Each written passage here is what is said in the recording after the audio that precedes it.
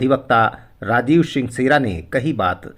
खबर मध्य प्रदेश के रीवा जिले से है, जहां जिले में इन दिनों केंद्रीय जेल रीवा चर्चा का विषय बना हुआ है। जेल में बंदियों को दी जाने वाली यातनाएं और बंदियों से अवैध रूप से रुपए की वसूली करने का मामला ठंडा नहीं हुआ है। 2 महीने पूर्व कमांडो अरुण गौतम जेल से रिहा होकर जेल के अंदर का सारा सच मीडिया के सामने रख दिए। जनवरी में जेल से रिहा होते समय कमांडो अरुण गौतम को अच्छे आचरण के लिए जेलर द्वारा प्रशस्ति पत्र दिया जाता है और इसके बाद जेल की अस्पताल में पदस्थ फार्मासिस्ट द्वारा कमांडो अरुण गौतम के विरुद्ध एक शिकायत की जाती है, जिसमें उनको जाति सूचक शब्दों का प्रयोग और अभद्रता करने और जान से मारने की धमकी देने की बात कही गई है। सबसे ताजुब तो तब होता है जब फार्मासिस्ट के साथ ऐसी घटना जब घटी थी तो उन्होंने घटना की तत्काल सूचना क्यों नहीं दी और जेलर ने कमांडो अरुण गौतम को अच्छे आचरण के लिए प्रशस्ति पत्र क्यों दिया। लिहाजा आज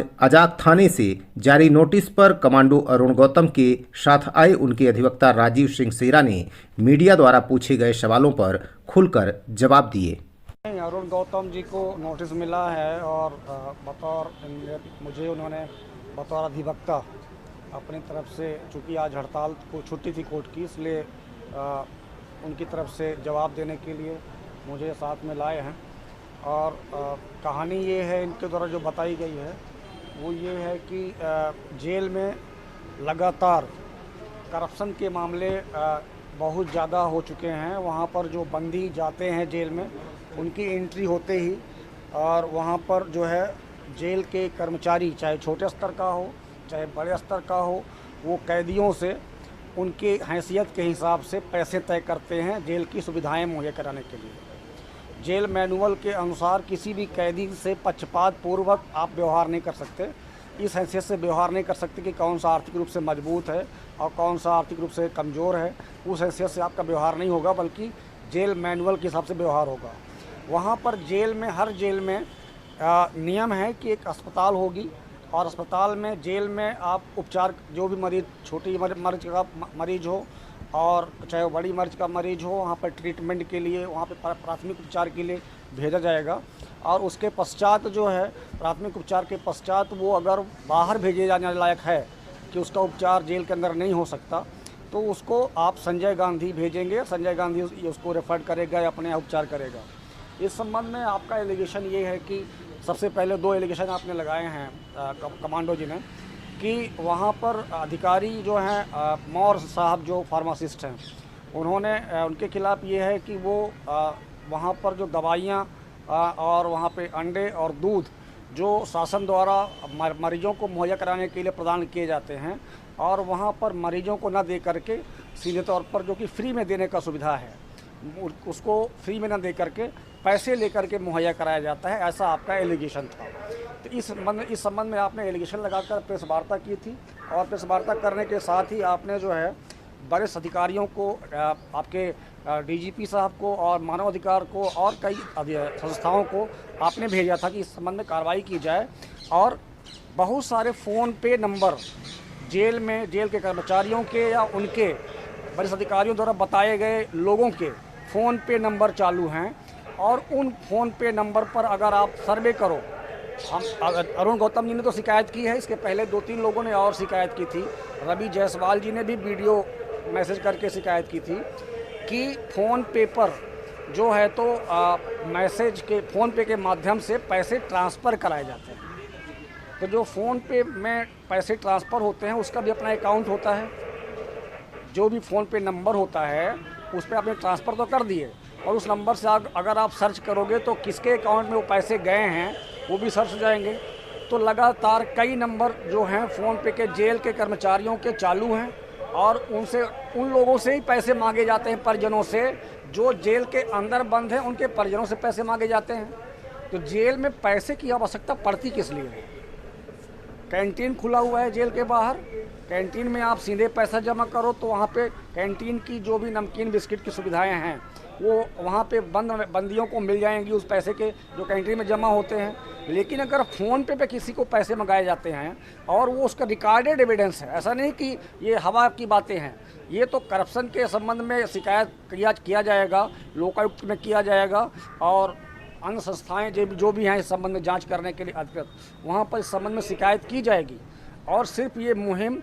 उनकी शिकायत की वजह से नहीं, मैं तो ये कहता हूँ कि अरुण गौतम जी से कि आज से ही जब से वर्किंग डे शुरुआत हो तो आप जेल के जितने कर्मचारी हैं उनकी, जब से उनकी नौकरी लगी है और जब से उन्होंने एफिडेविट दिया है प्रतिवर्ष कि हमारी सैलरी इतनी है और हमारी इनकम इतनी हुई है प्रत्येक वर्ष में, और इनकम का रिटर्न जो भी भरते हैं वो,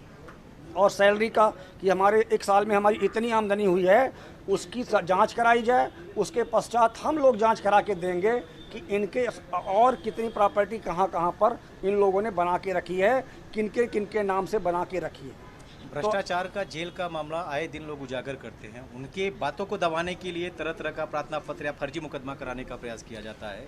तो इस तरीके का, और अभी भी जेल अधीक्षक के ऊपर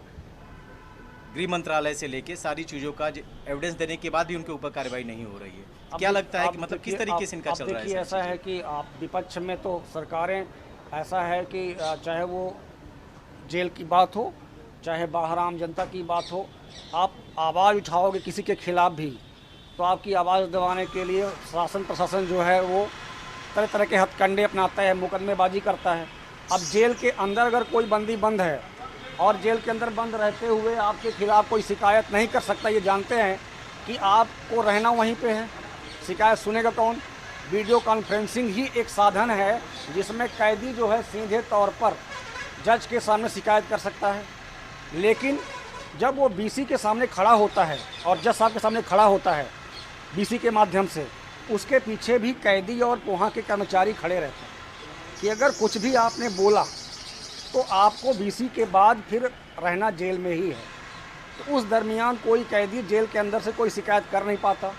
बाहर कोई आके वहाँ के अंदर की कोई शिकायत करता है तो आप इस तरह के टाल देते हो कि आप जो है रहते हुए क्यों नहीं शिकायत की आपने,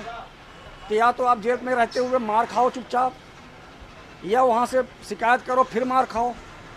तो अगर कोई सच्चाई नहीं है, आखिर स्वतंत्र भारत देश के अंदर इस तरीके से मानवाधिकार का हनन हो रहा है, कब तक चलेगा? लोग जानते हुए भी इस पे कार्रवाई नहीं कर रहे हैं, ये कब तक चलेगा? अब तो तात्कालिक रूप से जैसा कि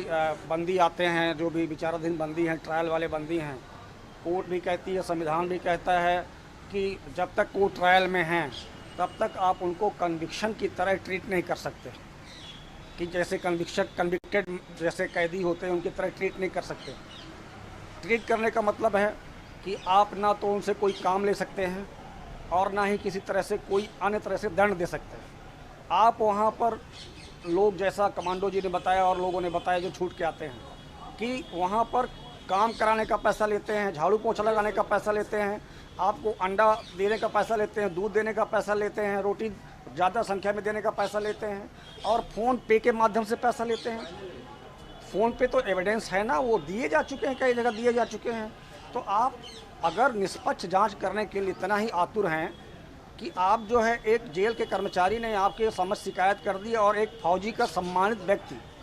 जिसको फौज से कई मेडल मिल चुके हैं, उसको आप थाने में बुलाकर बंद कर देते हैं, पूछताछ कर लेते हैं, और उसके पहले आप जो है रासुका जैसी गंभीर धाराएं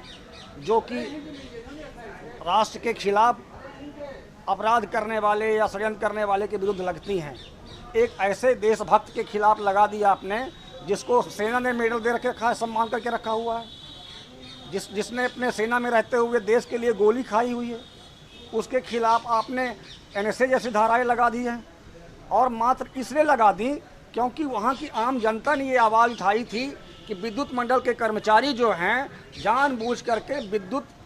जो है मुहैया नहीं करा रहे हैं, जानबूझ करके ट्रांसफार्मर नहीं लगवा रहे हैं, जानबूझ करके बिजली के तार जो है जोड़ नहीं रहे हैं, काट दे रहे हैं। तो जिससे बिजली बाधित हो और लोगों को सुविधाएं न मिलें, बिजली न मिलने की वजह से लोग सिंचाई न कर पाएँ, लड़के पढ़ाई न कर पाएँ, तो आप रिटायरमेंट होने के पश्चात इस संबंध में आवाज़ उठा रहे थे। और आवाज़ उठाने की वजह से वो लोक सेवक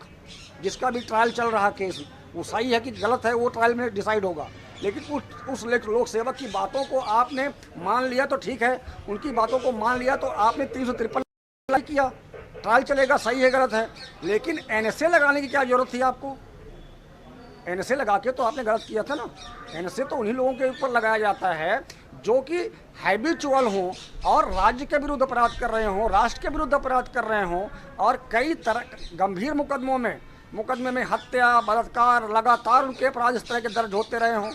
कोई ऐसा मामला आपके खिलाफ नहीं है। तो मेरा ये कहना है कि जब आपके खिलाफ शासन ऐसे व्यक्ति के खिलाफ रासुका लगा रहा है जो देशभक्ति का सीधा उदाहरण है कि वो गोली खा चुका है, उसको मेडल मिल चुके हैं,